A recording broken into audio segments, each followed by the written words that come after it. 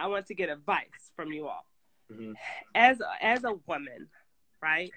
As a woman, and now not connected with the man who I created a child with, how do we approach this thing without having to, give in the same capacities that you're forced to? You know what I mean? When you're dealing not in the kingdom, or even still, I think there's a blurred line, because as an adult, people have all the time set their own standards. You know what I mean? Is there still a standard? So give me, so we'll go one question at a time. What's your question right away from like? Okay, so do you think there's still a standard when it comes to like dating nowadays? So like, dating with the child? Dating with the child or without a child, sex or no sex? Are you saying should you say, like, is there? Because you all can abstain. I'm an abstainer. I've been if you're trying to live God's standards, is you should not be having sex to someone you're not married to. But I think it's deeper than just that, right? I think it's. I think what she's asking is like today, and correct me if I'm wrong, but it seems like today 2022. There's a lot of people giving advice that it's high value advice, or it's high value this or high value that. And I think what she's asking is it still realistic to say, hey, I'm going to have God's standards even though I have a kid? Should I still not have sex? And I would say yes, because it's God's standard. And I would say this: don't let some high value guru, whether it's a guy or girl, lead you to hell. Right. Because they're not talking from a biblical perspective. They're just talking from like a worldly perspective. Right. That's and, good. And I think it's, but that's not just. But do you think that's realistic? Yes. Most definitely. Now, you have to also understand that doesn't mean you're necessarily going to be appealing to the majority of people out there. But if we're being honest, you don't want to appeal to everybody out there. All you need is one, right? So it's you got to understand what you're signing up for, right? You're signing to be the minority, right?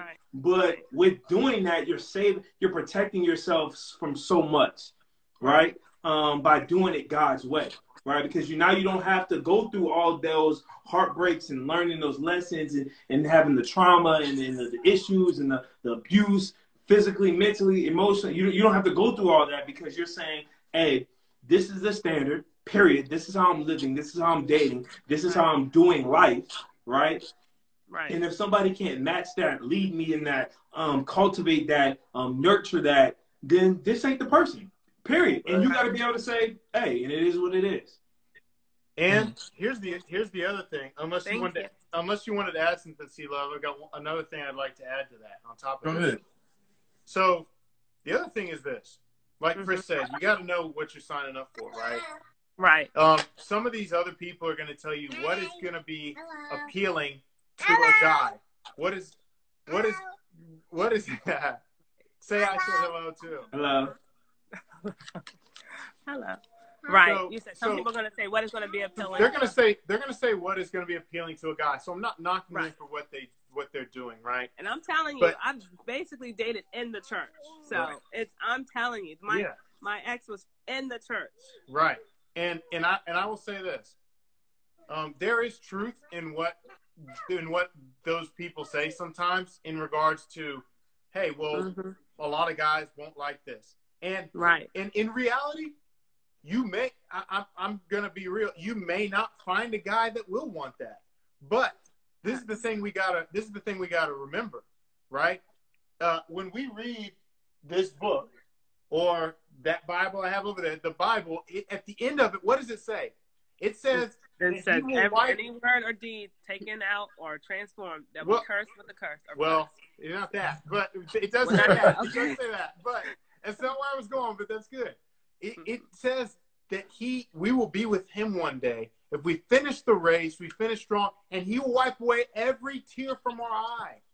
And being honest, in all honesty, is bending and compromising my relationship with that creator worth getting a high value guy or any guy at that standpoint?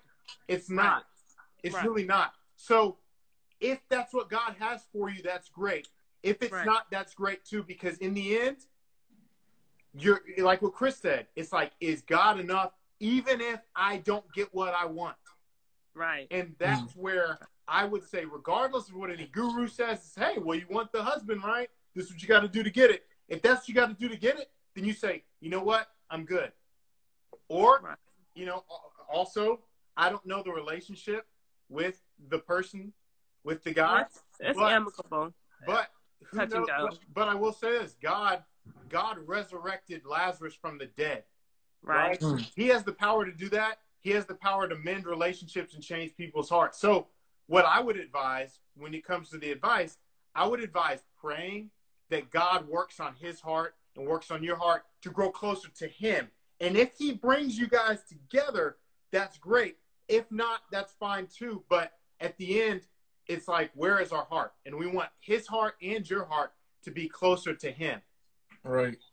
And if in truth, like, let's say, hypothetically speaking, you know, I know it's hard to think about right now because of all the emotions and things like that. But hypothetically speaking, if God changed this man's heart and he truly becomes a man of God, solid man of God, repents of things he's done, you truly become a woman of God, repent of things you've done. I don't see any reason why God can't bring you guys together. Even if something may have happened with, oh, he's with this person now. God, I don't know the scenario, and I'm not asking for you to share it on live, but I just know that God can do, we can't limit what God can do, right? That's facts. That's facts. That's the truth. Yeah. Yeah. And then with that, I am happy with that, because that's how I live my whole life daily. You know, we have to seek God above all. And that is our walk. Every person who's going to walk this life is never going to get through without having to really pick up their cross. You know what I mean? Right. So better to do it.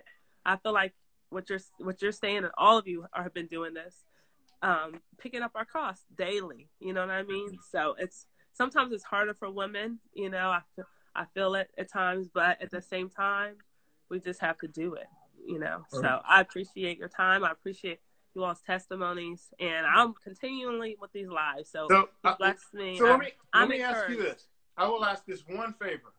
For everybody that enjoys this, everybody likes this. I shared it before. As soon as I got on, I was sending it to everybody. Yeah. Well, I can tell from the viewership keeps going up. I asked that you guys follow the YouTube page and then find your favorite reel on Instagram. Oh, there's a YouTube page? What? Yeah. Okay, okay. Link is in the bio. We share all these live conversations that we've had for the past few months. We share them on YouTube. Okay. And pick out your favorite reel on Instagram, share it on your story, and then just follow the YouTube channel. That's all we're asking, because we're eventually going to shift over from this live to going there soon. To YouTube. So we want to make sure everyone who likes this can follow and still be informed of what's going on. Okay. And so what is it? It's called Kaz TV? Yes. Okay. Yes. Yeah. Got it. Link should be in the bio somewhere. I will, because I'll probably need this encouragement again. Yeah. Awesome. Right. All right. Y'all be blessed. Thank you. Thank you. Thank you for coming on. I appreciate it. Thank you.